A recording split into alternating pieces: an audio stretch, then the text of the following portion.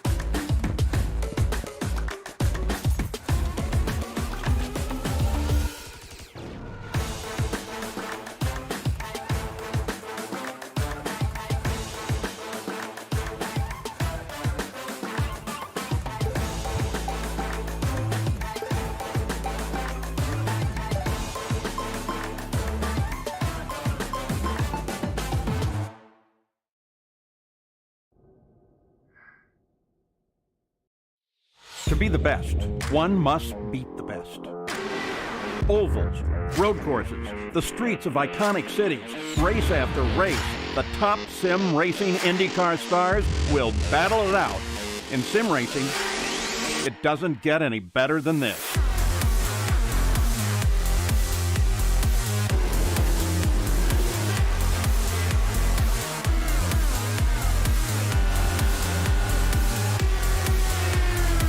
This is their battleground, for the checkered flag, for the glory, for the right to say they are the best.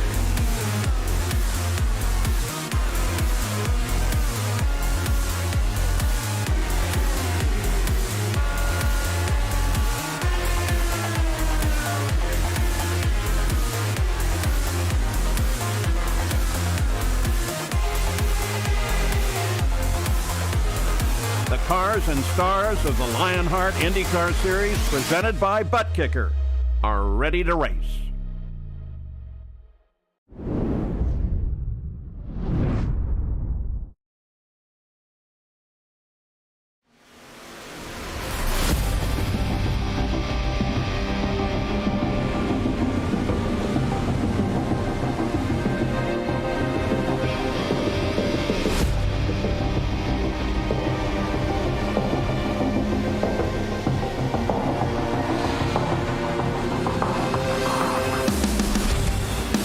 So far, so dominant for Phil Kraus.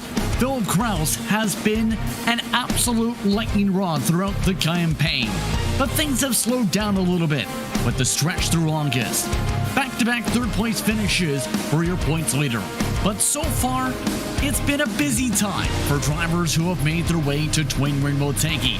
Earlier this week, a Speedway Series ended up having back-to-back battles all throughout the field, and especially for the race win. What will be the case tonight? As this evening, it is the Lionheart Racing Series in its IndyCar Series' turn for the HyperX Twin Ring 200. Hello everyone and welcome to tonight's coverage of the Lionheart Racing Series powered by HyperX, makers of premier gaming gear like the luxury ultra comfortable on the gaming headsets. Whatever you play, however you play, HyperX knows we're all gamers. For information on HyperX products, visit HyperX.com. My name's Justin Prince. Along some of the booth tonight is Nolan Rempel here on RaceSpotTV and ESTV as we get ready to go racing here in Japan. Let's dive into our butt kicker pre-race show as we get ready to see how drivers fare out in back-to-back races at Twin Ring Motegi. First things first, though, it's the Oval, Nolan.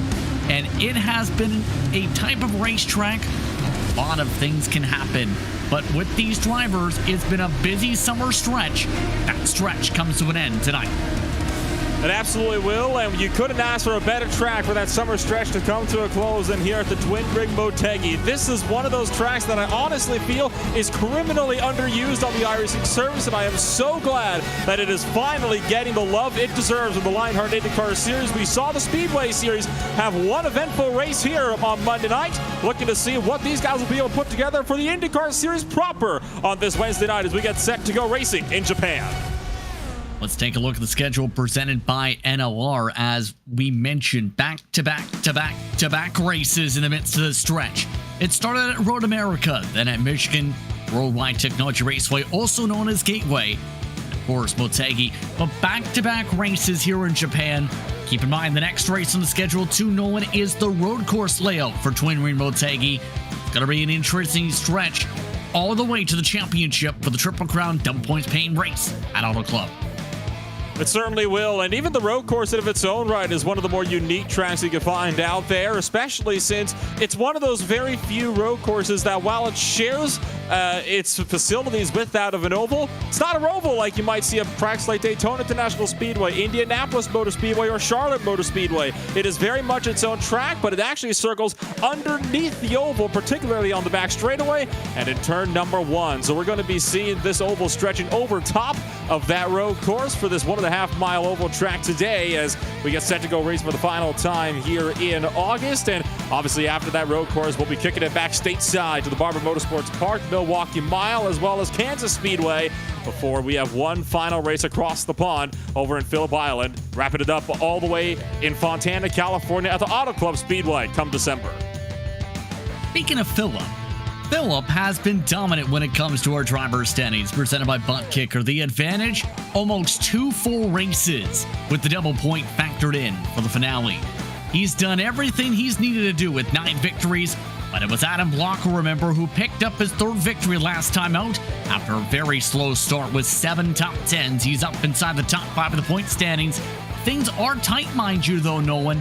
If you look second all the way back to as far as about 9th, those drivers separated by about 100 points or so, nearly. And of course, for 2nd through 9th, it is still going to be an incredibly tight points battle throughout the remainder of this season. But as you mentioned, Phillip Krause has been on an absolute tear, clear by almost 400 points of his own right. The only driver to have hit 4 digits of the points so far individually all season long. And with him currently setting the fastest time over practice as well, he looks set to continue to extend that points lead as we exit the first round of the Twin Ring Motegi doubleheader, oval then the road course. I have to say, I think this championship at the moment, it's Krause's to lose. Indeed, it's been very dominant for him, but the team standings presented by HyperX. Let's take a look at those. Private label Team Hype, in turn, has been able to pull away by almost making more than 300 points over Power Slide Adrenaline, and Synergy Motorsports Silver has jumped up to 3rd to break away a little bit from Power Slide Ignition, trying to hold off Madworks Motorsports amongst the top 5. Ascari Autosport and Graphics LPM also up there. Team standings entering today. Private label Team Hype trying to go back-to-back for that team title with the progression they've had this season. Let's take a look at the rookie standings, though, presented by Butt Kicker, and talk a little bit about those rookies. The rookies, a majority of them, Nolan, your top runners in the overall standings. It's been a stellar rookie class, to say the least. And in fact, 3 of the rookie standings that are the top 3 for these rookies here, they're also the top 3 of the overall point standings, with, of course, Phillip Krause, as mentioned before, leading the way from Alexander Van de Sent and Robert Malechka, excuse me on that one, at 637 points. It is still very tight for that 2nd place in the rookie standings. You're going to have to keep one eye on that as that gets set to develop, but keep an eye on 6th place as well. Mitchell Riggs and Matthias Kraus only separated by 10 points as well in their own right in that fight for 6th.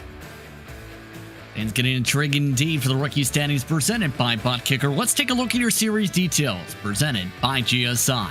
Custom fixed setups utilized in this series for the Dallara IR18 are built by Andrew Kinsella, as drivers are competing for cash and prizes worth $10,600. As mentioned, the Triple Crown, Pocono, Indy, and Auto Club rounding out the campaign for 500 big miles. And of course, Adam Blocker slipping back a bit this season, as we've talked about, with just the 7 top 5s and top 10s on the campaign compared to his championship domination as the Lionheart King. But let's take a look now at your event details presented by Moser Racing. Tonight could be an intriguing one, with the month of August coming to a close with the 4th race on the bounce. It's important to note the last 2 years have seen the winner start in 3rd spot, Nolan. And no doubt that means that the driver in 3rd might have the best shot of winning tonight's race as well. When it comes to drafting, the one place you don't want to be is up in the lead. How many times have we seen that in these Dallara IR18s with it coming down to a slingshot pass over on the last lap? That driver inside line on the 3rd row might very well have a shot on being able to see if he can make his way up and score themselves a race win here tonight. It's also worth noting throughout the run that Twin Ring Motegi has had of the Lionheart IndyCar Series, there has never been a repeat win. And consider we have a rookie currently leading the practice boards, I have a feeling we're not going to be seeing that trend broken anytime soon. Funnily enough, a rookie won last year too, Henry Bennett, when it comes to Lionheart competition back in season 9. And we haven't seen run a full-time schedule though this campaign. So a chance that trend indeed continues depending on how things play out here tonight. That's a look at your event details presented by Moser Racing. We talked a little bit about the practice. These drivers have much different weather conditions compared to those who competed in Speedway Series competition in the DW12 earlier this week. It was a late afternoon race for that event. It's early morning for this one. How about prior to 7 in the morning? With the track temperatures of cool and brisk, 21 degrees Celsius, air temp 23, the track temperature, a lot of grip, but it can get hotter and expected to get hotter as this race goes on tonight. So far, those winds are looking pretty calm as well, only about 5 kilometers an hour, blowing off towards the south, but obviously that also has the potential to pick on up as this day progresses along. So these are all going to be factors to keep an eye on, but especially that track temperature. The further we get into tonight's race, the hotter that temperature can rise, and it has not been uncommon at some points on oval tracks like this to see that temperature climb by over 20 degrees with the drop of the green flag to the checkered, especially if it starts in the early morning. I have a feeling that could very well be one of the deciding factors, seeing how drivers are going to adapt to an ever-changing track surface from start to finish of this 200-mile race. Drivers finishing up final practice. Philip Kraus leading all drivers in practice, 27.163. Then Stefan Larkamp with the 27.185. Matt Taylor, Robert Wenchka third. Kite Bombers back, rounding up the top 5 in tonight's practice session. Checker flag waving, drivers getting ready for 5 minutes of solo qualifying. 2 laps coming up on the board with 29 entrants currently here at Twin Rim Motegi on iRacing. How will these drivers fare out? We're about to find out, and track position is critical here tonight, Nolan. Aero wash can be very huge when it comes to this racetrack. Qualifying position, extremely important. A lot of ovals that feature this Dallara IR18 will see a lot of draft being played, and while that is the case here as well, it's only going to be down the straights, and it's going to be more struggling throughout that dirty air when it comes to these corners, which is why, as you mentioned, qualifying position very much key. And if you want to make up spots, you got to do it early on. The more you get deeper into these runs, the more these tires degrade, the harder and harder it is going to be to make a move, stick up the inside. And sooner or later, it's going to be that outside lane where you want to go if you want to try to make moves, as time and time again, we've seen passes completed from the outside lane as well as defended the gates from the outside lane. On board with AJ Musselman as he runs down through turns 3 and 4. He's going to pick up his first lap here in just a few moments. Improved his qualifying performances as the campaign has continued on here. See how Musselman plays this qualifying session, running at 208 miles per hour. Now the major thing too is going to be how these drivers push further along as this session progresses. We've already seen at least a couple drivers trying a bit of fuel burning, try and get a lighter race car, maybe dial things up for the second time around with this tighter racetrack. Or Musselman can lock up the brakes before he crosses the line the first time. was not happy with the run up to that second lap. He's going to jam on the binders and most likely try to go at it again. Clearly was not happy at all, but as long as he didn't cross the line for the second lap, he will still get to be able to have that full second run. On board now with Jacob Oster. You see him downshifting into the fourth gear. We saw this as well in the Speedway Series because turns 3 and 4 so much tighter than turns 1 and 2, which honestly, it kind of makes me want to call this track a bit more of an updated and a much wider version of the Darlington Raceway in that regard, backstage side.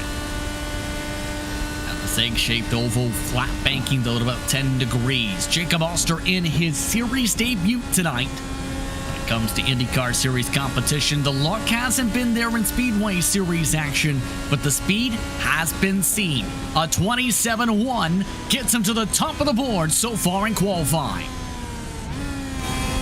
But not by much, only 0.003 of a second, as he is going to be having himself a solid run and make that just a little bit more now as he promotes himself up by about a quarter now of a tenth. On board with Adriano Pinero as he will exit pit road and make his qualifying efforts here as he powers down that back straightaway in the run down to turn numbers 3 and 4, taking a very wide exit, trying to dime it off that corner, get the lead up onto the front straightaway, pushes right up to the outside wall, 200 miles an hour plus as he hits start finish.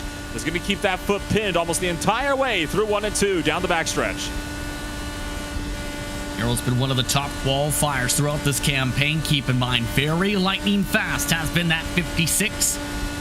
Started on the pole twice, in fact. Tied for second most poles in the series. Only 25th in point standings with 13 starts entering tonight. Where will Pinero be up on the board after lap 1? 27.199. And it looks like Pinero only going to record the one lap. About 90 seconds left in the session. Philip Kraus going to be able to build up his first lap this time around. He, Alexander Van de Sant, Connor Harrington, amongst those yet to set times worth note. Kraus had a 1.63 in the 27-second bracket for his fastest practice lap. It's 27.199 for qualifying. He has got to improve. He wants to make it up to pole position, but he would have to best his practice lap as well, as currently Jacob Oster faster by 3,000 in his practice lap, and Kraus will abandon his second lap. Connor Harrington will be crossing the line this time around. That was for his first lap. He'll also be slowing it down. He'll log a 27.276. That is only good enough for 17th place on the boards. That's not good for Harrington, to say the very least. Robert Malechka, the third, just finishing up his qualifying run currently. One more driver likely to set a time and will setting a time. The 96, one of those drivers who's been quick in qualifying with the pole this season. And Van de Sant be able to start up towards the front again. The benchmark, 27.16. This time around, a 27.3. That is not good, as Malechka III puts in some warm-up laps. That rounds out all drivers who could set lap times. Jason Brophy from private label Team Hype and EOL tonight. Lana Kalisto not coming out to the racetrack to set a qualifying time. So all 29 drivers just about all set to go racing here tonight from Japan. Should be an exciting one. 130 laps, 200 miles up on the docket. Let's find out how we will start here tonight from Japan.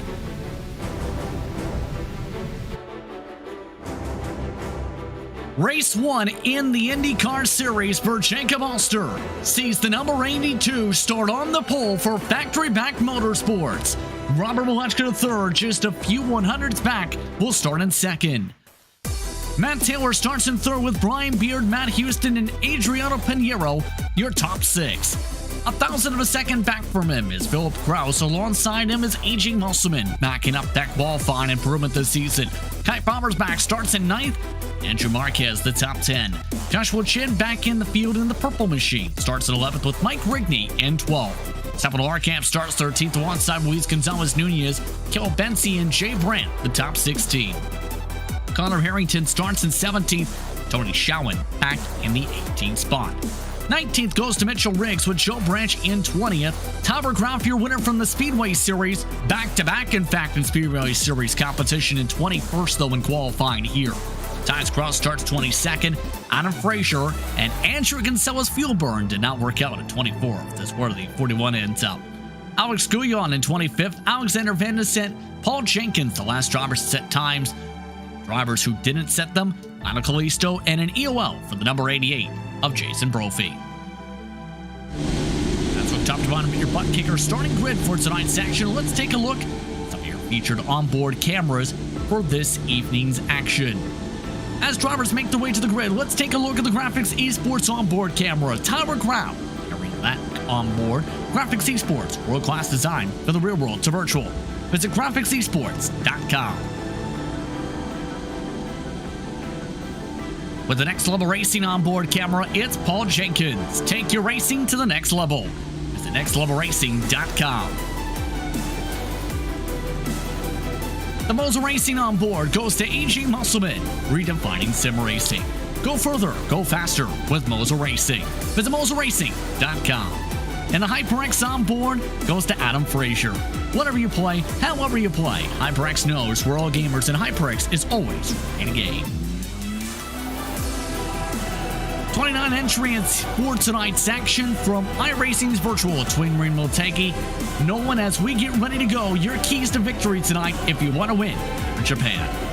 It's going to be all about surviving that early race chaos. You have to make sure that that car is in one piece so you can be able to actually make those moves later on. You mentioned earlier that the guy in the inside lane in third place has been the consistent winner for the last few seasons when they've come here. Look out then for Matt Taylor. Trent say he's going to be in victory lane tonight. We'll see if he lives up to that. He was one of the contenders in Speedway Series competition. And it's going to be an interesting one for the rookie, Jacob Oster, in his series debut. Already screaming for joy. Can he back up the pace he showcased at times in Speedway? We're about to find out. Competition, commitment, excitement. This is Lionheart. And this is the start of the IndyCar series for its HyperX Twin Ring 200. The pace car is off. Green flag is out. We're underway from Japan.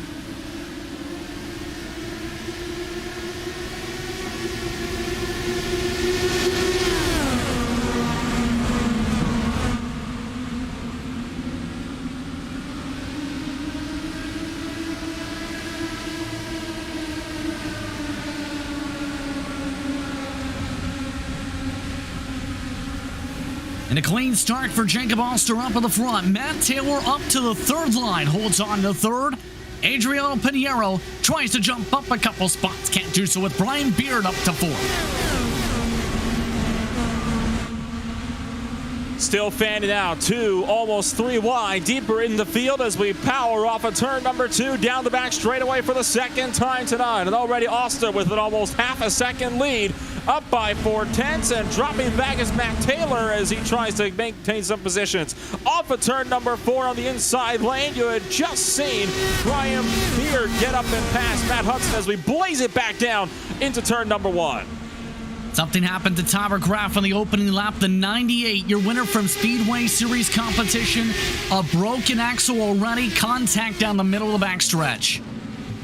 And that saw him slam into the inside concrete barrier hard, destroying his race car. It was a contact with Andrew Kinsella, the number 41, that sent that car slamming into the inside barrier. Looks like it's already an early night then for Tyler Graf. So we will not have a carryover for the 2P for this week's competition. Looking over towards the heart of the pack, we're looking towards Andrew Kinsella, who is up 5 despite the contact. And a drive-through penalty just given to Andrew Kinsella's car. Mike Kinsella. That it will bring Andrew Kinsella's 41 to the pit lane. We take a look at Mike Rigney bounds for 14. Here's Kinsella now. That penalty was handed out when he was in 3 and 4 last time by. Obviously had no time to get down to serve it that last lap through, but I would be surprised if he didn't come on in this time around as we ride on board with the Power Slide Adrenaline number 41 down the back straightaway. Will be pitted in this time by. It looks like he might be trying to commit to that one a bit slower through 3 and 4. On the binders, on the apron. He's coming to pit road to serve that drive-through penalty. It's going to be a rough ride and an uphill battle for Andrew Kinsella. Still got a relatively clean race car, though. It doesn't look like that damage to the side pod affected him all that much. Jacob Oster has already broken away from the draft of the 8 and the 91, though. Back and forth battling between these two. Seeing Jacob Oster pull away by almost a second and a half so far, Nolan. Taylor trying to finally break away, though, from Lechka to the third. Mlichka trying to run him down while simultaneously trying to play some defense against Adriano Pinheiro, who is still trying to reel in a podium position right behind the number 56 car. So this fight for the podium positions really started to spread out in a big hurry. And you can see very processional already throughout this field. That one car went on the inside. That was Kinsella just on pit exit after serving his driver penalty. Now one lap down. It's all going on in the back of the field, though, where everything is still nice and tight, with some drivers still attempting to make moves. But I mentioned you had to make those spots up in the first few laps, and you're not going to be able to get them done later on. A lot of these drivers now finding out the hard way as Benke looks at the inside of Riggs. Is he trying to find some clean air on the bottom? But that top line, the preferred groove in some circumstances, Riggs showcasing that, and that's the tough balancing act of tonight. We've seen the trend with the IR18 here. Clean air is your friend. Ulster with that clean air, showcasing that big time up in the front to pull away the others in the aero wash, not having an easy time to make passes compared to the DW12. I remember that DW12 was always so great when it came to trying to make slingshot overtakes down the front straightaway. In fact, wasn't it, I believe, a record broken at the Pocono Raceway when that car had its first race there, as AJ Musselman now tries to feel his way around Andrew Marquez. These IR18s, a much more difficult challenge to overtake with them around the ovals, but especially on more flatter ovals like this, where dirty air has so much more of a hand to play when you're constantly on the binders. Philip Kraus slowly trying to climb his way through the order. He started in 7th, just made the overtake on Matt Huston for 6th, but Huston get with the crossover down the back straightaway, trying to battle back in the 3. Doesn't look like he's going to get that one. Kraus is up to P6. Houston, you're referring to, indeed, trying to get that position back, not able to do so. Give credit, though, to the 66. It's one of the best qualifying runs for Matt Houston on the season. Seen Houston try to stay out for points in the past. Had some struggles throughout the campaign, though. Able to get the track position for that 66 despite his several gambles. You know who's keeping consistency up compared to the Speedway race, though? The car that's right in front of them. That yellowish machine, that's Brian Beard. And Beard was a top 5 driver all race in Speedway Series competition, now for Synergy Motorsports Silver tonight. Doing well to start as he's now under attack quickly. And as I predicted, that outside lane already reigning supreme. Philip Kraus was not even alongside when they entered turn 1, and it was clear for the spot by the time they got off of turn number 2. Beard's still going to look for that speed on the inside lane, but it's just not there anymore. You have to really work to dive it off these corners. He's already lost 5th place to Kraus. He's about to lose 6th place to Houston as well, as the 66 car looks to the inside, and I think Brian Beard might just be able to hang on to that spot from the top shelf. It's going to be rough, though. The 6-6 pushing up from the bottom. Can't go up too far. And Brian Beard hangs on to 6th place, but with how much Houston is attacking him, I don't think he's going to hang on for very long at this rate. Oh, contact. Houston hits the back in a Beard. Houston forced to check up and slides up the track. Houston has lost part of his front wing potentially. See if that affects Houston long runner if he has to come in now in that 66. And he has indeed lost the left portion of that front wing. Doesn't look to be too bad. That's a simple nose cone change, so no real lasting damage. The problem is he's going to be so much slower throughout the corners. Might be a little helped out on straight line speed, but obviously he's going to slow that much more down in the corners. Here's a look for the air on the race spot replay, as right there gets into the back and the gearbox of Matt Beard, who I can tell you right now, he is very, very lucky, Brian Beard, that he did not get wiped out by Houston, who just lost out to 7th place to Andrew Marquez. Houston might have to come in with that wing damage. He's already dropped back behind Marquez. And now we have seen the top 3 fully separate out. Here is Houston. And Nolan, when you lose that downforce, you can struggle to rotate. And we're seeing Houston struggle to get to the bottom now. He is running consistently about half a second a lap slower than he was with that front wing on, and on an oval, half a second a lap is absolutely detrimental. Wouldn't be such a big deal on a road course, but that is not a time loss that you can sustain when it comes to oval racing, as Andrew Kinsella, a lap car, is about to unlap himself here. Oh, Houston's up into the outside wall. Kinsella scrambles to the bottom, and Houston's now going to lose even more time to Luis Gonzalez Nunez. I guarantee you that was Houston trying to drive it off at the corner like he still had a full front wing. He would have been able to carry that speed, but when you don't have that bit of carbon fiber on your race car, you have to take that into account, and he is learning that the hard way, as Connor Harrington will get by him for 9th. Houston not able to find his way down to the pit lane quite yet. Really arrow washing up this racetrack. AJ Musselman in the next car back already. Kite Bomber's back, looking to gain time. Joshua Chin in that train. Speaking of some of the battling though, behind them some of the Ascari Autosport machines trying to make some passes. This is on Caleb Bensi, trying to battle it out for 17th. Can't clear. But Bensi can't make the pass either because he's got Tony Schoen just up the road in his number 31 car. So it's a tough run for Bensi at the moment because right when he would have to run to get clear of Mitchell Riggs, he's getting held up by a car directly in front of him. Now he's clear of Riggs. He immediately swaps to the inside and will dive to the inside of Tony Schoen into turn number 1. On board with Mitchell Riggs as he flies through turns 1 and 2. It's a big gaggle of cars right up the road as you've also got a slowing Matt Houston going to get in the way and prevent Bensi from being able to properly mount an assault on Tony Schoen for 16th. Tony Schoen indeed. Munstall's getting by. Matt Houston's coming in.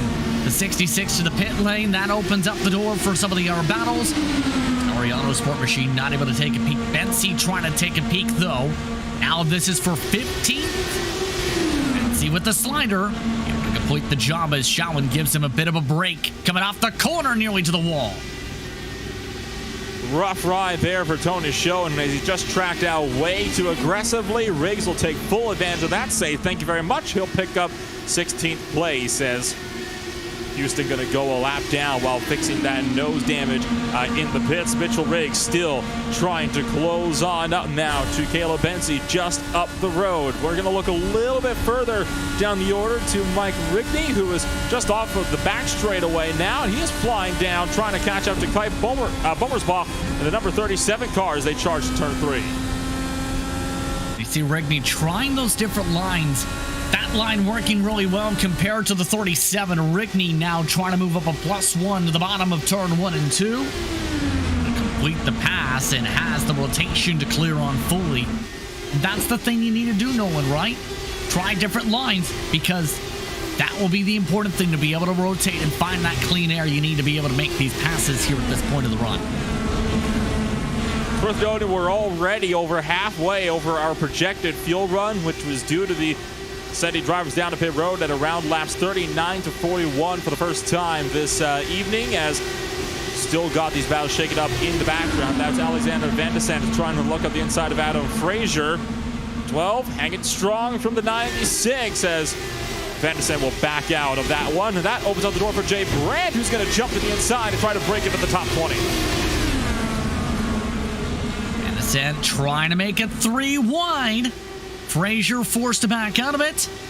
Okay, Brandt tries to keep his foot in, but it's Van de Sande who now has gone up 7 positions, top of the most positions gained.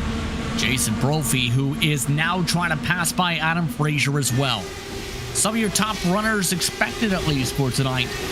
Really trying to battle their way through the parts of attrition. That's been the expected thing. Track position critical, Nolan, here.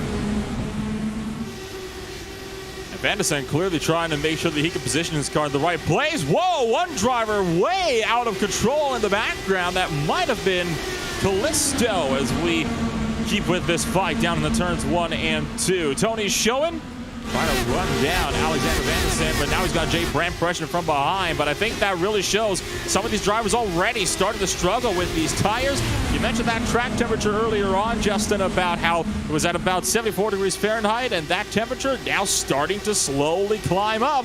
That's going to start having an impact pretty soon here on how these tires are going to degrade over the course of a fuel run. Side by side, building up once again in the heart of the pack, and Tony Schoen struggling a little bit to be able to make up ground. Jay Brandt trying to make up ground him in turn. Currently 27 cars running. Those just tuning in, coming up to 104 laps to go. Pit window opens up about 15 laps time. The lead has 2 drivers who have broken away by more than 4 seconds, Nolan. Jacob Ulster and Matt Taylor, they have dominated this race, separated by 1.1 seconds. And that's the... How do you try and get yourself up towards that position right now with the way things are shaping out? At this point, you have to almost wait for your opponent to make a mistake. I mean, these guys have been so consistent, and the only times where we've been seeing people able to make moves is when your opponents in front of them track out a bit too far because they're trying that much extra to try to stay out in front. That's how Jay Brandt just got around Tony Schoen, because Schoen again tracked too wide off turn number 2 and lost that spot down the back straightaway. Now, Schoen's trying to do the same to Brandt, apply that pressure and try to force him into a mistake along the outside line. But so far, the drivers that have been closing their way up through this field have not been making a whole lot of mistakes throughout the course of this race. And that is exactly the way they want to keep it. At the moment, if you're on a net gain in spots, I don't really see the need to really push all that hard unless you know that you're being slowed up by the guy in front of you. Meanwhile, we talked about Jason Brophy with the EOL earlier on this race. Brophy, after that, looking to get himself now up to 20th as the biggest mover of this race. Not give it up easily, is shot on the outside. But the main thing has been for Jason Brophy, remember, experience on the box in eNASCAR competition. That expected to heat up with the postseason coming up in the next couple weeks as well. So Brophy with a very busy schedule coming on up as he just about completes the pass down the back. Not allowing scheduling pressures to get to him, it would seem, in the Lionheart IndyCar series, as he will now secure that 20th position, as Schoen, I think, might have burned all of his stuff up in his number 31 car, as Schoen has been slipping back pretty steadily over the last few laps. He started up in 18th. He was at one point battling for 17th, now all the way back in 21st place and 19 and a half seconds behind your race leaders at that time by at the line. When this race started, he was running about low 28-second times. That has gained out to where he's sometimes running as much as 28.5s on the occasion. So he has been steadily losing some of that time throughout the course of this long green flag run. So far, by the way, longer than the first green flag run we had in the DW12s in that Speedway series on Monday night. So great start overall here on this Wednesday night IndyCar series. Have you ever heard of Spam This House for Philip Kraus? How about the new thing that's coming into play with the domination so far of Jacob Ulster? Spam This Lobster for Jacob Ulster. You can kind of see the rhyme, but so far so good for Jacob, who hasn't been able to find a clean run for the most part in Speedway. Tonight, he's been able to keep it very clean, let's put it that way, up in front. Thank you very much, Has. He's been on an absolute tear. He has so far led every single lap in this race. He is not looking to let that streak end anytime soon. Off of turn number 4, you've still got these fights developing deeper in the field. This is AJ Musselman trying to close up on Mike Rigney. This is the fight for 10th place running into turns 1 and 2. And in fact, that position just swapped hands one lap prior as Rigney got up and by Musselman.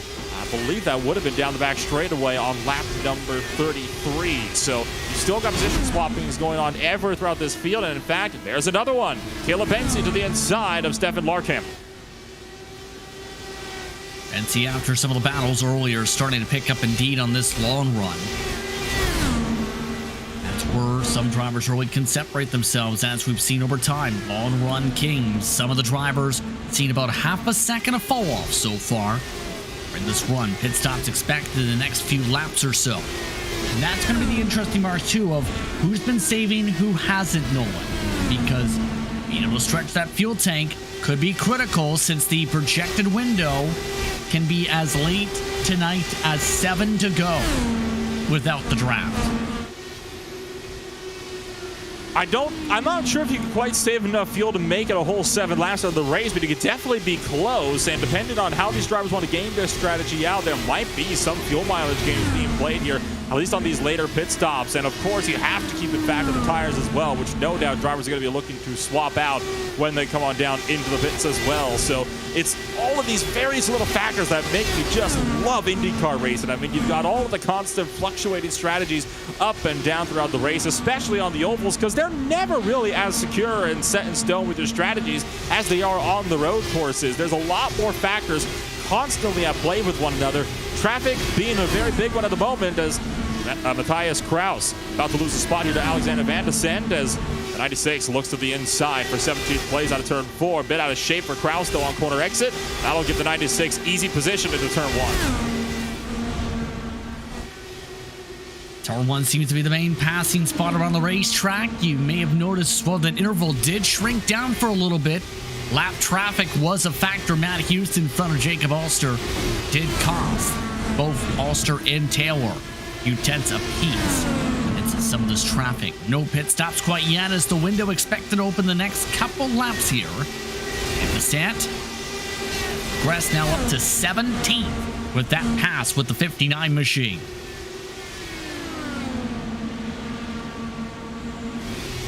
And look at the traffic run that Kraus got on Alexander Van der Sande that time by on the back straightaway, and that's going to be a lunge now for turn number 3, trying to pin that car to the bottom, but you've still got the 96 up top. And sure enough, Van der Sande able to pull around the outside lane. Kraus just not able to do anything. That was an absolutely perfect run that he had there down that back straightaway. Fully alongside by 1 and 2, but there's just no speed anymore if you're running the very tight line from the bottom, and you can't risk push it up because you're never quite sure if your opponent's going to exit shallow to try and pinch you down. First green flag pit stop scheduled on the day. It's one for Taylor as he is down and in for service. Gonzalez Nunez also jumping in the previous time around, so the window indeed is open. Second place, though, is Taylor. Taylor, one of the carries over from contention and Speedway. Jacob Alster already driving his way around now with a 4-second advantage over Robert Malechka to the third. So Jacob Alster trying to stretch this a little bit further this window. More pit stops expected. Beard coming in. Mitchell Riggs with the indication as well. And as is, in fact, the 37 car. So one after another, drivers are slowly cycling their way into pit road. Alster, though, has continued to stay out, as a close call there for Jacob Alster as he locks it up and nearly goes into the tire bundles as well. That marks the start of pit road. He's able to get himself gathered down, though, and he is going to be down and into pit road. Definitely not wanting to take the chances. He's going to be undercut here, as Malechka still out, and he will now inherit the race lead for a lap, and no doubt we're going to be seeing that 91 car in within the next lap or two. Andrew Kinsella having a lengthy pit stop, had a 25-second stop to add on to his situation previously with the incident. But now the 82 off and away. Jacob Alster, 8.6 seconds up in the box, 35.6 in the lane. Matt Taylor coming around. Will the undercut work to get around the 82? No. In fact, Jacob Alster grows the advantage more so. Jacob Alster not taking any risks on that pit entry there, that he was going to be undercut as mentioned before, and that has clearly paid off for him as he is way out in front here of Matt Taylor. So Taylor going to have to wait for the next round of pit stops if he wants to try to get something sorted. Joshua Chin, you see him down and in for serves in his number 93 Team Hype machine, as well as Malechka and Pinero both into pit road. Here comes Larkamp as well. Chin picked up a speeding penalty, though, so the 93 is out of contention. Our first speeding penalty of the day. It's a 40-second stop and hold for the King of Chins to take him out of contention. That's a rough penalty to get, especially on an oval like this one. And Joshua Chin going to be kicking himself over that one. It's just the first pit stop of the day. That's why a lot of drivers love to practice pit stops throughout practice. Pit speed limit here is about 50 miles an hour. He was way over that on entry into pit road. No way he was going to make that one in time. He was going at least 10 over. Lengthy stop and turn for the 93 takes him out of contention, put him to 26th place on the board. So on to that situation. Picking up more spots with the pit window, up 11 now. Alexander Van der Sande, who holds on to this battle for position. This is with Stefan Larkamp. Stefan Larkamp looking for the inside. This is for currently 15th place up there on the racetrack, as that's going to be one raging battle. The 62 backs out from the bottom lane, though, as Alexander Van der Sande pulls around from the top shelf. Tracks up to 26 degrees Celsius from the starting temperature of 23. And now Mitchell Riggs of the 09 and 14th place under fire. Mistake through 4 gives an easy run to the 96 down the pit straight. Van der Sande wants his spots after having a rough qualifying performance. It's worst starting positions of the season, in fact. Van der Sande is already up to 14th, nearly halfway through this pack. a lot of his abilities to make passes here. But now it's going to get interesting because traffic could start to play a bit of a factor. There's only one driver right now a lap down Nolan, but that number expected to balloon here because the leaders are catching up to the back end of 24th on back. Their respective battling here. How do you play this out if you're the leaders? Depends on how desperate you are to maintain your race lead. Jacob Oster's got a 1.4 second gap to deal with, and he's got lap traffic between himself and Matt Taylor. So at the moment, Oster does not have to be too concerned. He can allow this fight to develop for a little bit longer in front of him. The problem more comes with the fact that that is traffic trying to get around other lap traffic. Matt Houston is 9 laps down. Joe Branch fighting to stay on the lead lap. I would expect Houston to get up and out of the way relatively quickly here. You don't want to be known as that one guy that holds up the leaders when you're over 5 laps down on an oval, no less, when there's just over a second to deal with. And sure enough, he's going to move to the top shelf, forcing Jacob Oster down to the bottom side, clears off of turn number 2. But like I said, I mean, if you're Jacob Oster, you pick him off one at a time. I mean, at the moment, nothing too much to worry about, but you want to keep one eye on those mirrors and start getting a bit more aggressive if that gap continues to shrink much more. Next driver up for grabs to be lapped here, Joe Branch, Alex Guyon, Tony Shalin. In terms of pecking order and positions, the spots lost still is Matt Houston, minus 23. And swing damage putting him several laps down, as well as contact with the wall. Biggest mover overall is Van de Zandt. Those just jumping on in to this respective race. There is a small statistic. Well, not so much small, but pretty significant statistic that can be brought up too. The 19 machine, your points leader entering tonight, his lowest finish of the season, 3rd position. He is in 4th position and is struggling to close up the gap to Malechka the 3rd. Can Kraus find a way to keep the streak alive of finishing on the podium? You know you've had a great season when your lowest finishing position, 16 races deep, is still on the podium. And even here, 4th place, not bad at all when you've got a almost 400-point buffer to deal with in your championship standings, with him being, I think, about 350-ish up from 2nd place at the moment. So Philip Kraus going to continue to work his way around, running 4th place for now. Still up 3 for a qualified. He did not really have the best of qualifying runs. It was a 27.199. That was that was a few hundredths back from what his fastest practice lap was on an oval. That does make a fairly significant difference, but the Team Hype machine has definitely been having himself a solid run so far. He is sitting 5.4 seconds behind your race leaders last time by at the line, and at the moment he was the only driver not on the podium to have worked his way up into the top 5. Car in front of him up on the track. Malechka 3rd we mentioned, though. The tough part of that, he is gaining. In terms of positions, Andrew Kinsella not so much. Not a good day for the Lionheart Racing Series setup builder. Bad qualifying run. Drive-through penalty. Lengthy pit stop with wing changes. What else can go wrong if you're the 41? A fellow RaceSpot commentator, by the way. I would say probably the one thing that could go wrong from here on out would be to actually crash out of this race, but he's still running strong, still 2 laps down. Not without the realm possibility of getting back on that lead lap, but it is, of course, going to be an uphill battle. You would have to first overtake Joshua Chin, and I don't think that's going to happen anytime soon, as Joshua Chin is several seconds up the road from him. He's about the 2nd car up the train at the moment as Kinsella continues to work his way around. I'm going to be honest, I don't think the front wing change would have hindered him all that bad. I think it was that drive-through penalty that really hindered him the most, because that forced him to take on about an extra 20 seconds of time. A nose cone change only adds on about another 10. Here we clock the wall, in fact. Bring Phil Kraus with him with the aero wash for a moment as well. So Kinsella not gelling well with this racetrack, especially with this windshield, this windscreen. That's been talked about so big when it comes to some of the aerodynamics here, when it comes to Twin Motegi with this chassis. Meanwhile, in the Jason Brophy camp, it's an 11 position gain still for Brophy, trying to find a way around Mitchell Riggs, who nearly hits the wall. Riggs has been really flirting with that outside wall for the last several laps, and I'm just waiting for either a big crunch, and all of a sudden that 09 car is going to be either in pit road or back into the opposite wall. Brophy, though, has the run, looks to the inside, going to go for the overtake here. And so far, Jason Brophy, in his 36th start, he is going to be up to 17th place. Considering he's got himself 13 top 10s, though, I would say this has not been a race to remember so far in the Brophy camp. He has had better races, to say the very least. He has finished second twice in his Lionheart IndyCar Series career, so no doubt Jason Brophy wanting to do more, and with that one pole position and 8 top 5s on record, he absolutely has more potential.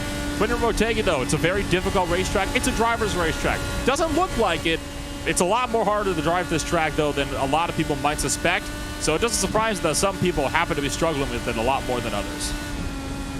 Your driver profile brought to you by Motor Racing tonight. Brophy currently scored in 17th with that pass. Behind him, Jay Brandt. Synergy Motorsports Black. And he looks like he's trying to chomp at the bit at the different lines. There's the aero wash. And that's the tough thing. It's a guessing game at times, Nolan. Guessing game, should say, when it comes to that. Aero wash can be by far one of the most unpredictable forces of nature when you're racing these Dallara IR18s. It's not nearly as predictable as when you're running yourself in some of the stock cars on the surface, and you even saw there Jay Brandt air wash so bad that he was cranking that wheel so hard to get it out of the wall that he actually lost the back end. For a split second there off turn 4, was able to gather it back down, and he's still trying to run down Mitchell Riggs, who you ride on board with the gearbox up, with Jay Brandt looking to close in from behind. But it's not been a pleasant ride for Brandt as he is continuing to try to close out to Mitchell Riggs. You're almost having to battle the air around the cars more than the cars themselves at this point of the race, though. In turn, so critical to pick the right line. Look at what's happened to the race lead, though. With some of the traffic, the gap has shrunk down to 1/10 of a second. Oster has not closed at all on the back end of Joe Branch, and Taylor's taken advantage.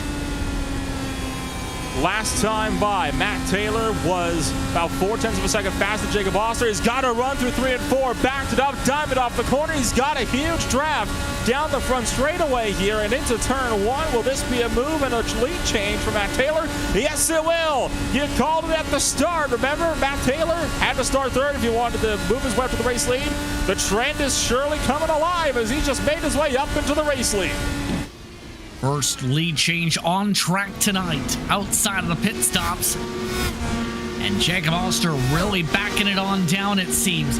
Is that the fuel strategy maybe coming into play for the 82? Remember, Oster pit 2 laps later than Taylor, yes, but it was still not as far as some of the other runs we've seen, such as what to the third earlier, in terms of saving the gas to stretch to the extra 7-8 laps. It's always one of those things to keep in mind as Matt Taylor potentially burning off a bit more gas than he realizes, and this might be a strategy call on Taylor as well. If he can get out in front and just play a good defensive game, then if he can stay out in front by the time it hit that second pit window, very real possibility that could translate into him maintaining a race lead now. We might even see them flip-flop a bit on the strategies here. Sometimes drivers like to back off a bit in the middle portions and then push hard at the end. Sometimes it's vice versa. They want to build up as much of a gap and hope they can maintain it by the end. The problem with that latter strategy, it's always a risk on an oval. You've always got those full course yellows looming around you. Jacob Oster still dropping back, though, all throughout this run. Last lap by, he put down a 28.027. It was another 0.4 gain for Matt Taylor. He ran a 27.846. And the question mark is it with the lower fuel maps or the gears? You see him just getting a 6, for example, on the run up to 3 and 4. Trying to utilize a lot of roll through the corner down to 163 miles an hour. Compare that to what we've seen from Matt Taylor so far. Taylor is letting it roll around the same speed, but getting back on the gas much quicker. It's a shame we can't see the actual fuel mappings on those steering wheels. It would be an awesome thing if we could even compare that, but it's understandable why that would not be available. Obviously, people wouldn't be too pleased if they found out their fuel mapping strategy being broadcasted for the whole world to see. You can see Taylor backing it down to 3 and 4. He's taking a much wider line through there as well, which is allowing him to carry a bit more speed around that middle group of 3 and 4. That's been a very consistent line that Taylor's been running. As as our friend Jig Bosser, he's been running the bottom a bit more throughout this race. That's only hurting him on the runs on corner exit. I have a feeling that inside lane just isn't there anymore. He's going to have to change tactics if he wants to close them on in. Some of the traffic Matt Taylor potentially may have to face soon is this battle. Mitchell Riggs currently for 19th, Frazier in 20th. Frazier has been almost running at a treadmill-like spot where he's been trying to break away from 20th, move up these spots, can't get the spot. Then IndyCar joins the fray. Where's the IndyCar, you may be wondering in this battle? Lana Kalisto is just behind the 12 machine and is trying to diamond his way around Frazier while Frazier loses the ground to try and reset. It's almost a three-way battle then for 19th place as Mitchell Riggs still working defense. Frazier did lose a few tenths that lap, but as you mentioned, backing it up to try and reset. Oh, it's a bad run through 1 and 2, though. Heads up, Kalisto has to scramble to the low side to avoid running into the gearbox of the number 12, and he's going to try to pick up 20th now as he'll throw it into turn number 3. Frazier, though, working back on the outside lane, and he's going to pull alongside and maintains 20th at the stride. That's what Mitchell Riggs wants to see. It's allowing him to start to slowly build that gap up as Kalisto and Frazier start to battle it out behind him. We're way past the halfway point, under 60 to go, in fact, at this point. Lead has grown up to 1.6 seconds. This race speeding along by the pit window, opening up soon. Nolan, your thoughts on how it's broken out so far? We've stayed clean and green so far.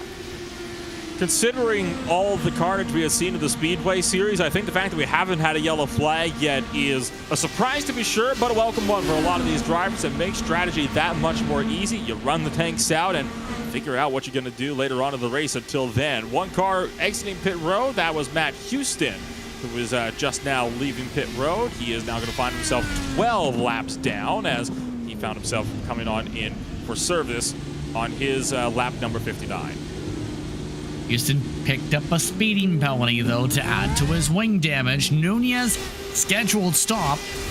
Only a 32-lap stint, however, so potentially splitting the strategy in half the rest of the way. I would say quite possible on that one, although there's a reason why I'm not the pit strategist on this one. So who knows at this point. We'll continue to observe these trends, though. I have a feeling we might be seeing those pit strategies start to kick off here. Second half of the race, always prime time for some good old pit shenanigans.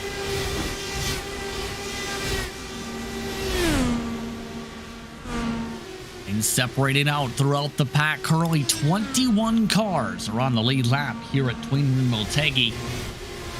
Window opening up in the next few moments or so. Let's take a quick break. Coming up to that final, potentially the final pit stop for some. It's lap 75 here for HyperX Twin Ring 200 action for the Lionheart IndyCar Series here for Twin Ring Motegi. We'll be right back.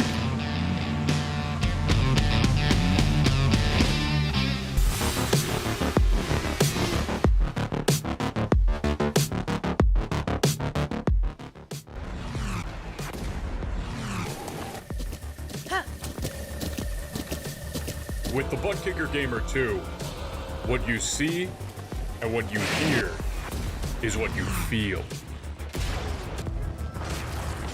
Butt Kicker. The future is feeling.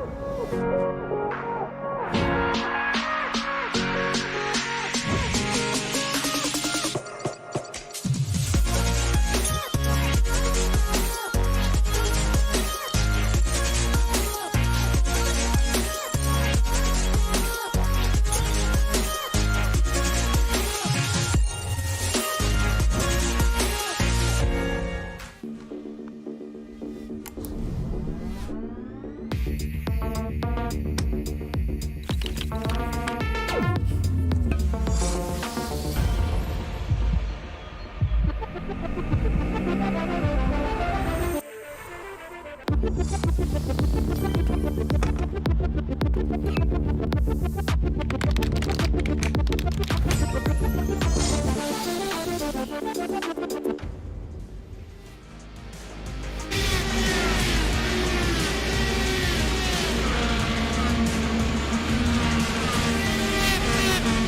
back to tonight's action from Twin Ring Motegi for tonight's competition. The HyperX Twin Ring Motegi, Twin Ring 200 should say, with 50 laps to go here in tonight's action. Justin Prince, Nolan Rempel, as we're back here on RaceSpotTV and ESTV, the pit window has opened for Matt Taylor and the majority of the leaders, and this makes things interesting for the rest of the way. Taylor amongst those who cannot make it to the end from this point. Talk about timing, coming back from that break just as the leader hit pit road. He'll be down and in for service, and not seeing any problems so far. The entry for Matt Taylor, he will be able to get those 4 fresh set of tires, top that car on gas, and he's going to be pulling out of pit road. Likely won't even lose a lap in the process here, as I expect Malechka to potentially be the last driver in. Remember, he pitted 4 laps later than everybody else. He now runs second place, was running third prior to Matt Taylor coming on down and in for service, as Taylor is out of pit road, and we'll be seeing what he can pull together as he will get set to hold on to the race lead through this set of pit stops. For Taylor, like we have it come down and top off towards the end of this race or come in. Final few laps overall. Brian Beard, Mike Rigney coming in.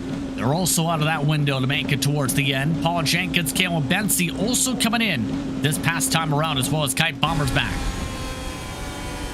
Oh, and a close dive. Robert Malechka third, almost to the back end of Oster. Oster has saved so much, he cost himself about 2 seconds to the 91. That gap he had to him is gone. And all this lap traffic not helped in Oster's case, as he is still struggling to get around Matt Houston on the top shelf, as Houston scrapes the outside wall, sparks fly.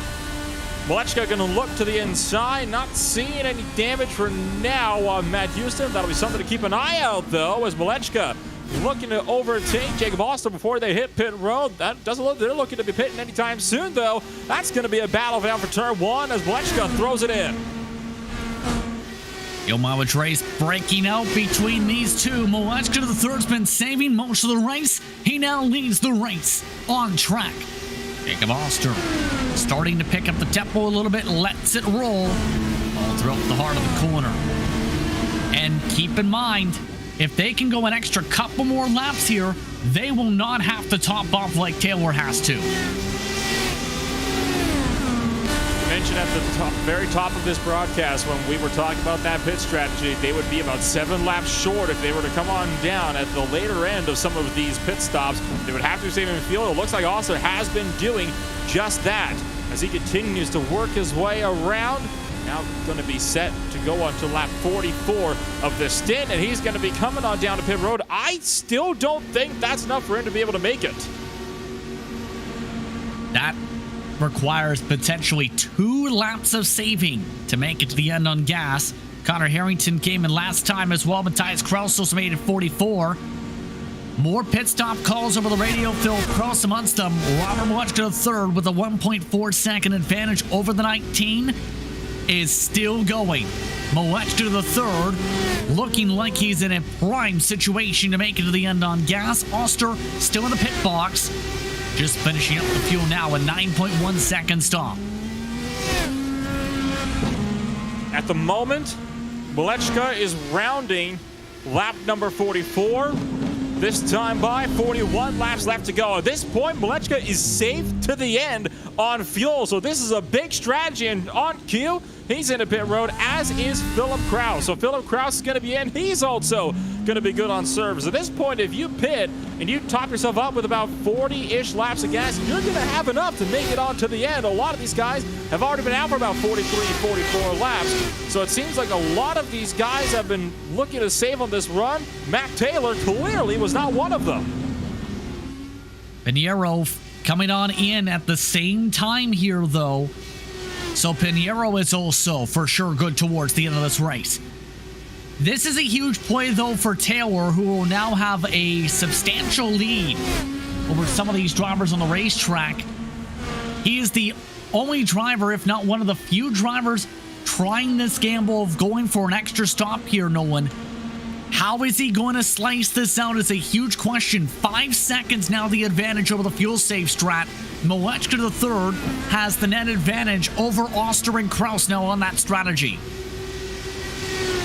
So this is going to be crucial here for Malechka, how he plays his cards out here. He has enough fuel to make it to the end. He can even push from here to the end of this race because he went 44 laps on that stint. And at the moment, there is only 40 laps left to go, coming to 39 this next time by. So he's got more than enough fuel to make it to the end. He's just got to hope that maybe the guys behind him haven't factored that in so much. You're right on board with Philip Kraus, the private label team Hype Machine, as he looks set to power off of turn number 4 down the front straightaway. He's also trying to reel in Jacob Oster in the fight for third. That time by, Kraus lost time, in fact, though.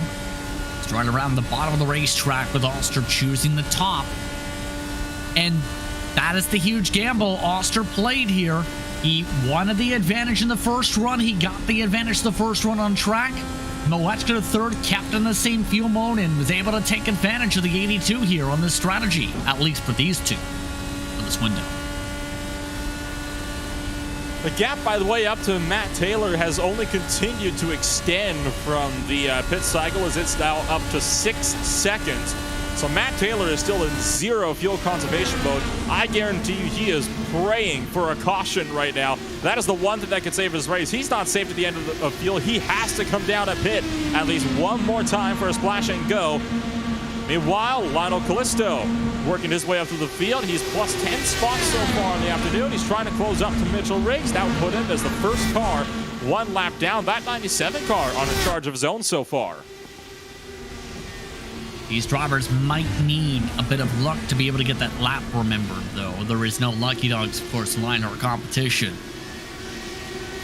But still, Callisto, after no qualifying lap set, trying to claw that time forward, uses the outside line to be able to drive himself up to Riggs. Riggs allowing him to get the clean air for the potential opportunity. Down the back straightaway, solid run for Callisto. He'll get up and by Mitchell Riggs, but Riggs is not going to let this one go without a fight. He's going to hold the inside line, but time and time again, we have seen that inside lane just have no speed on defense, and sure enough, rinse and repeat. Callisto now plus 11 spots where he started today, as he looks to continue his solid run for himself. Not the most spots gained out of anybody so far. That still belongs to Alexander Vandesen, who is plus 14 where he started at 26th. Good solid run for the 96. Not what Vandesen might have been wanting, though, at points. Think about needing to claw up routes, or at least keep up with consistency. Driver is built multiple victories in HyperX victory lane with some houses. Taking a look at Philip Kraus, he has taken advantage of the traffic of Matt Houston to pass by the 82 of Oster. That move was made on the front straightaway on lap 97 as he has continued to claw his way up. You can see Oster trying to run him down with that draft, though. But Jacob Oster just has no more speed underneath him. And I can tell you right now, that is what is really causing him to struggle massively in his machine, as this track has just not gone his way. He is all the way down now to 4th place, but is still looking set to try and battle for 3rd place. You mentioned earlier in this race that Philip Kraus trying to keep that podium streak alive, as his lowest spot he would have finished so far would have been 4th if that were to sit. Well, he heard you. He's up to 3rd now, and he's looking to stay there.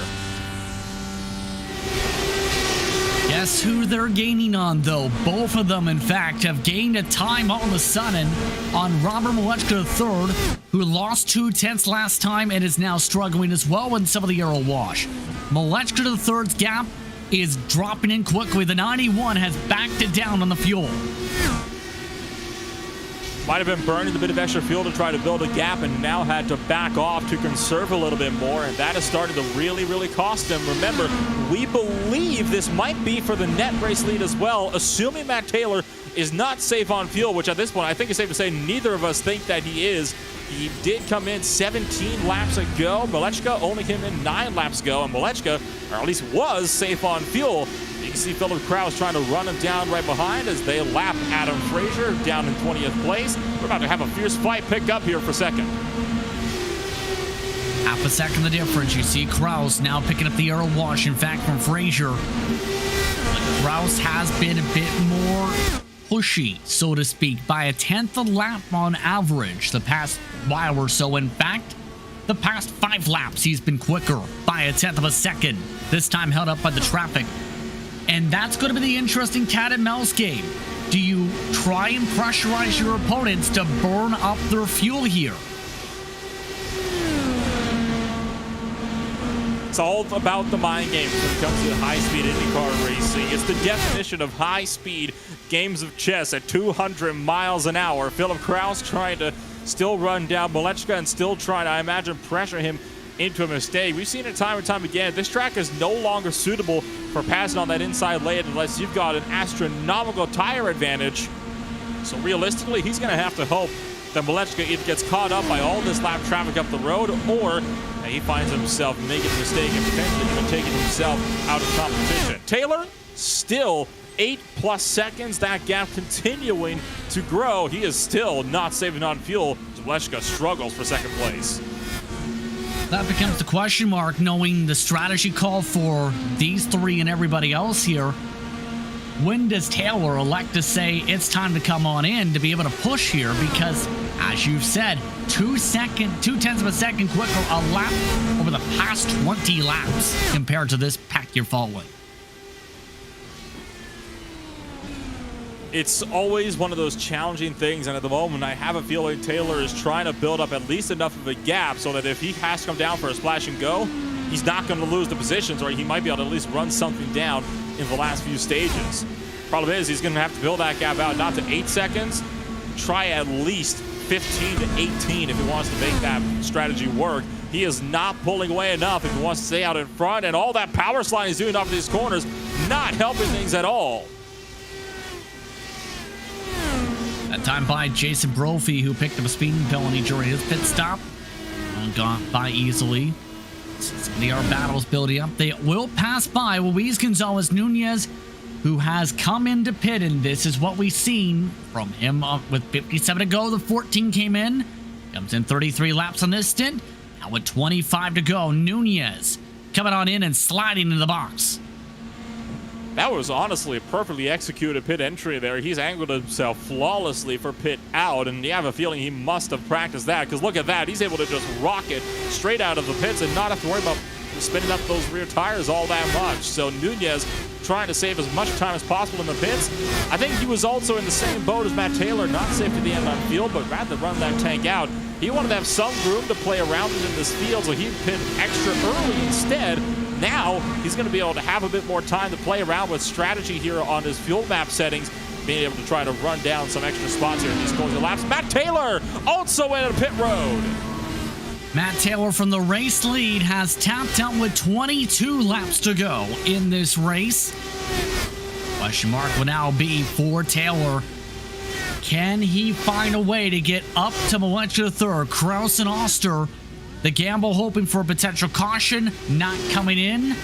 Now Taylor will have to make up about a full lap on the rest of the field.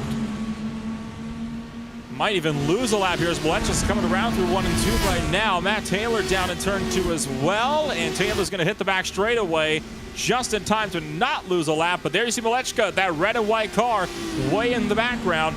He's not the only driver coming on into pit road. Brian Beard, same story, as he will also take it to pit road in a similar boat as all these guys. Didn't have enough fuel to make it to the end after he pit way too early on that second run of green flag pit stops. At this point now, Malechka very easily has this race in the bag if he can just maintain that 8/10 of a second gap back to Philip Kraus. But as we mentioned earlier, Philip Kraus has been steadily trying to reel in Malechka over the last little while. But last time by, Malechka half a second quicker. Philip Kraus might be losing speed. Josh coming in, potentially some of the fuel with the 4/10 difference. There is also Jay Brand as lap traffic between them two. That could also be a bit of a factor. They have ditched Jacob Oster with this draft, though. Caleb Benzie has tapped out this time by as well from the top 10. So some drivers who were borderline are not able to make those borders stick. Coming under 20 laps to go. It's been green the whole way. Not what some people may have expected for this race. Andrew Kinsella also coming out. It's really good to see, though, because it allows all of these unique field strategies to play in. Imagine if we had ourselves a caution earlier on in this run. We probably would never have seen guys like Matt Taylor trying to go long on some of these stints and trying to make the field work.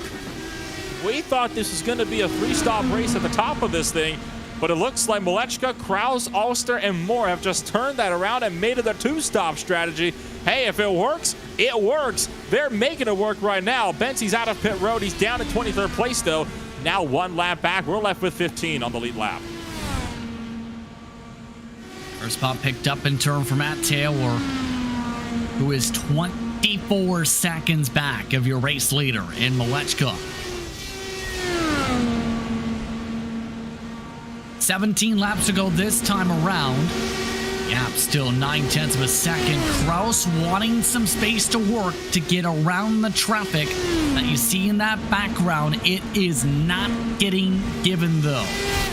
Jay Brandt not making things easy for Philip Kraus and allowing Malechka third and turn to break away a bit here. See the 37 car make his trip down to pit road as Kraus continues to try to work his way up and past all of this lap traffic in front of him. It's Jay Brandt, as you mentioned, the first car lap down that he has to try to find a way through. And at the moment, Jay Brandt not making it easy, though it's not really like he's blocking the second place driver on any stretch of the means. It's just that dirty air that these Dallara iRoutines kick up. It is that powerful at a track like the Twin Rim Motegi. It is such a detriment to the cars that are following, because I can guarantee you right now, if he were to just pull off and slow down, he would be at risk of losing his next position, which would be to Adam Frazier, who's a few seconds behind him. So needs to be smart, absolutely. You know what also needs to play in terms of smartness? That grouping that's behind him. See what's happening on that pylon? Things are getting dicey. Some parts of the track, because Pinheiro on the same strat as the 91 wants to go nearly to the wall this time. Last time by, tried the bottom out of 3 and 4 to pass by. The 82 didn't work. And so the weaving game begins as Jacob Oster still hangs on to third off of turn 2 to the back straightaway. Pinheiro looks for the inside, and this time no defense from Jacob Oster, though he might take that defense on corner exit. No, he does not. Pinheiro clears for third in turn number 3. Oh, but he glances the wall just barely off of 4. Give it up for Jacob Oster as he tried to make a run. But unfortunately, Pinheiro did not lose enough speed after that very, very slight brush. Oster will hang on, will have to settle for 4th place as Pinheiro starts to run away with 3rd. I will say this, Nolan. Based on his luck in Speedway and the night and day performance here in IndyCar in terms of his performance. Oh, trouble! It's Matt Taylor. He's in the wall down the front straightaway. Taylor, significant chassis damage. This may bring up the caution as he stays up against the wall. No yellow flag yet. He's still going fast enough that it isn't warranted. If he can try to get down to the bottom here and there's a gap, just maybe we might save this race from being brought to a yellow flag with just over 10 laps to go, still running that outside group. Here's a replay. Oh, he just got loose and tanked it up into the outside wall, completely unaffected. I mentioned he was trying to really work that back end, trying to kick it out, and sure enough, a small twitch is all she wrote as he slammed right into the concrete. Now he's going to find a spot to get to the inside on the back straightaway. I think that might just save us from being put under our first caution of the night. And this is heartbreak for Taylor. No fuel saved from the 8. In the full push mode, he's back up the racetrack. Everyone forced up to the high side. Taylor tries to stay around the bottom of the circuit. Kite bombers back. Just dives to the bottom behind him. Just avoids the 8 as he cuts back to the grass. Down to the final laps in this one. Chaos starting to break out a bit as Taylor goes to the pits. Surprised that was not a yellow flag, but he came back up the track in 3. Not that it's Taylor's fault by any stretch of the means. I mean, look at those tires. There's no way he can turn properly with that thing. You saw how much he struggled just to get down low on the back straightaway. Now he's going to have to look out for Paul Jenkins behind him in the pit row, but it looks like Jenkins will pit to his box before he'll catch up to Matt Taylor in the pit. So no yellow flag. We'll keep it green, but a heartbreak there for Matt Taylor. I guarantee you that was impatience and frustration that caused that mistake as he was overdriving that car trying to regain all that lost time from an unneeded pit stop. Meanwhile, Alexander Van de Sant, he has gone from the very back now to 7th position in a battle for 6th. Andrew Marquez not wanting to give this up easily, though. One of his best runs of the campaign, trying to sneak it down the straightaways, coming to 7 to go.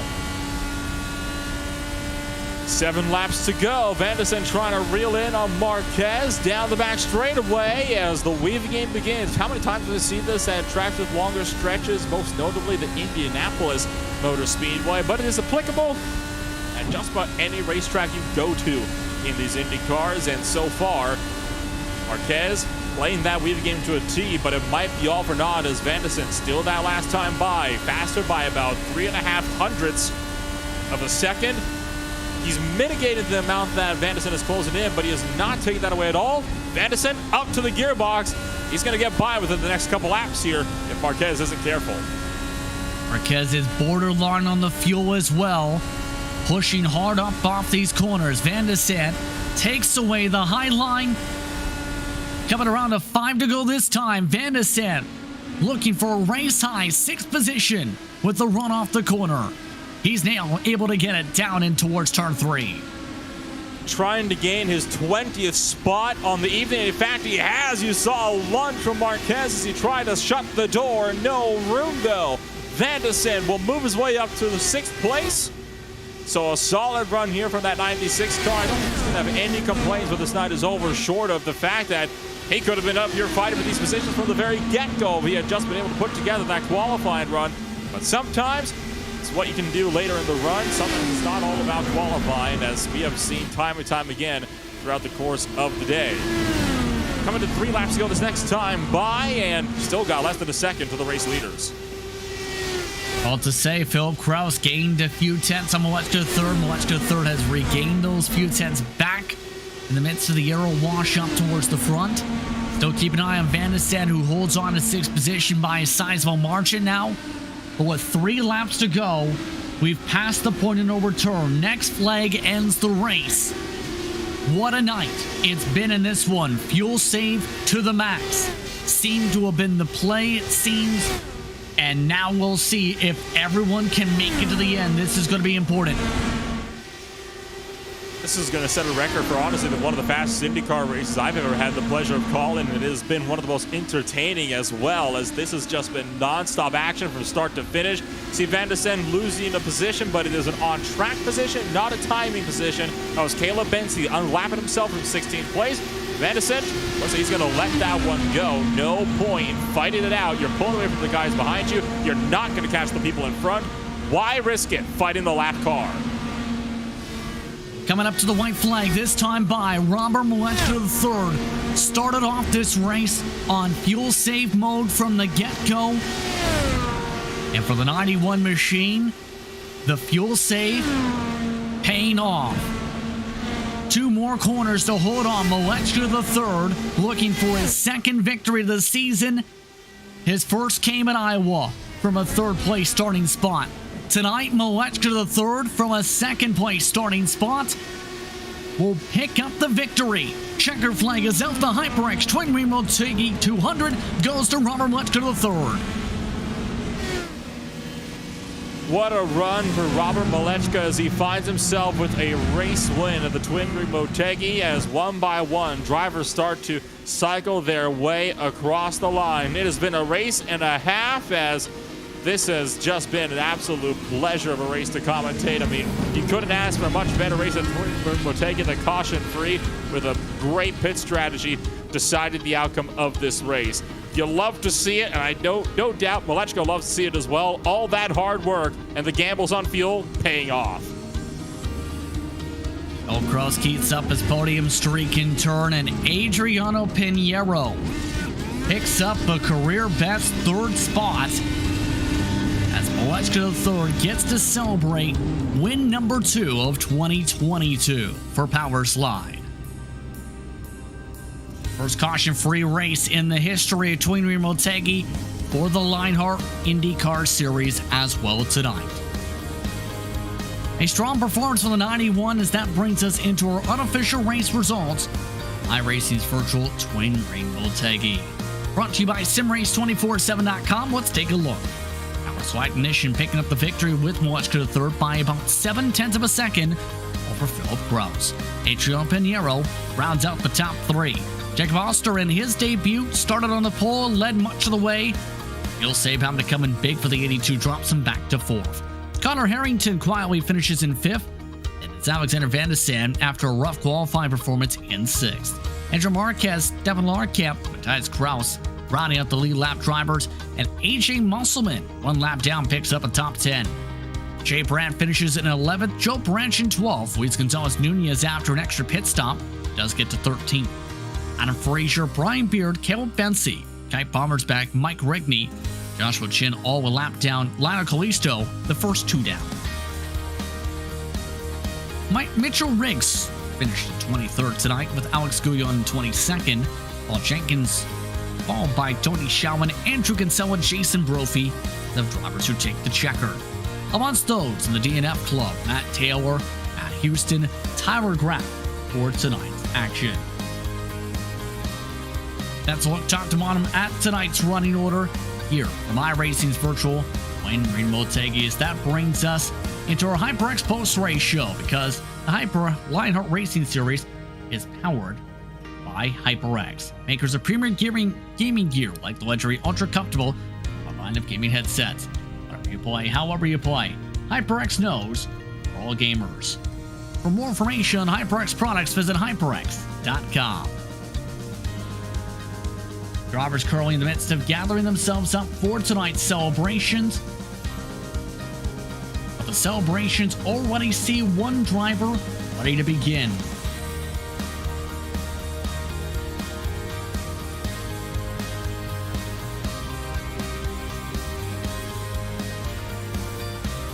Robert Malechko III should say, picking up the victory today, getting that celebration. Got ahead of myself for a moment. Robert Malechko III, your second victory of the season. How are you feeling?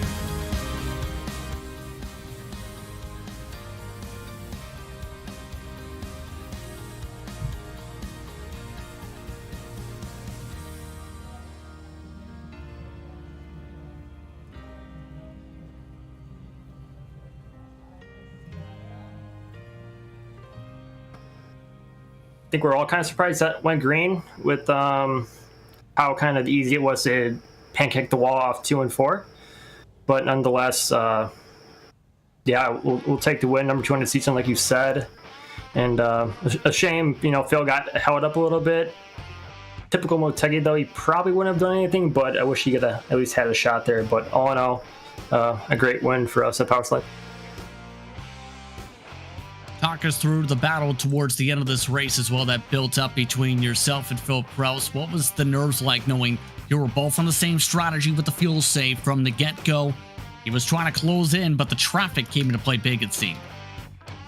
Yeah, I was kind of worried, especially with 2 cars ahead of me. If they were running different lines, just the dirty air was pretty bad to me, so it would be kind of equal to what Phil was getting.